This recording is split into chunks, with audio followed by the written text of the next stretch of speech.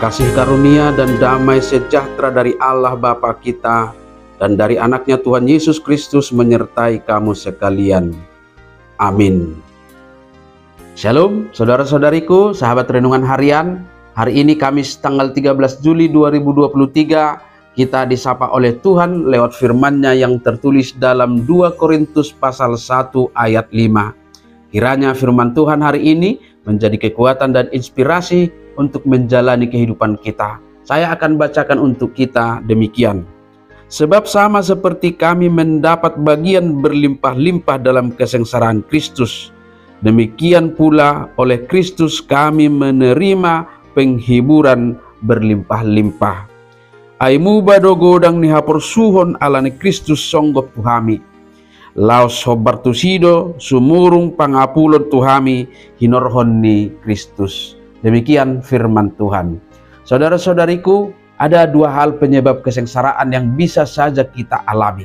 Yang pertama adalah ada kesengsaraan yang terjadi karena kesalahan kita sendiri yang berdampak pada penderitaan kita.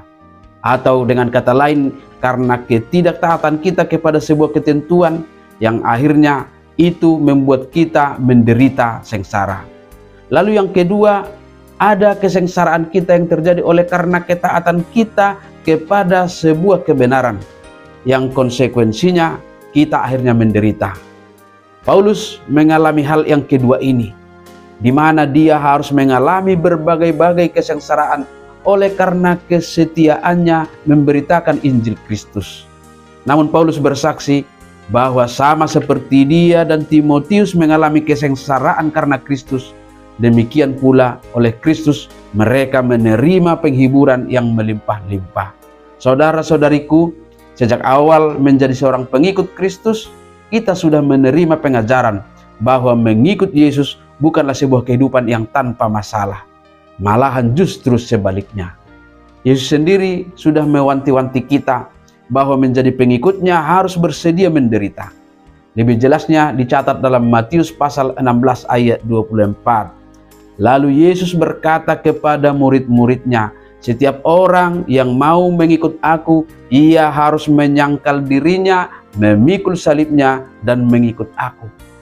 Tentang hal ini kenyataannya bahwa sejak gereja mula-mula sampai kehidupan orang-orang Kristen di berbagai tempat saat ini, selalu saja diperhadapkan dengan tekanan, penyiksaan, dan berbagai kesengsaraan yang harus dihadapi oleh karena mempertahankan imannya kepada Yesus Kristus. Namun demikian, kita pun selalu menerima penguatan dan penghiburan dari Tuhan kita. Tanpa kita sadari, dalam setiap kesulitan, Tuhan pasti hadir dengan caranya sendiri menolong kita. Dalam berbagai pergumulan hidup, oleh karena iman kita, Tuhan selalu saja memberikan jalan keluar yang Tuhan berikan kepada kita, dan sering itu berada di luar logika kita.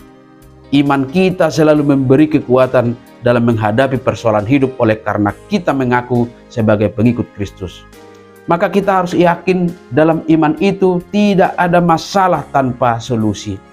Kita pasti pernah mendengar lagu Jangan Menyerah, yang lirik lagunya diawali dengan Tuhan tak pernah janji langit selalu biru, tetapi Dia berjanji selalu menyertai. Tuhan tak pernah janji jalan selalu rata, tetapi Dia berjanji akan berikan kekuatan.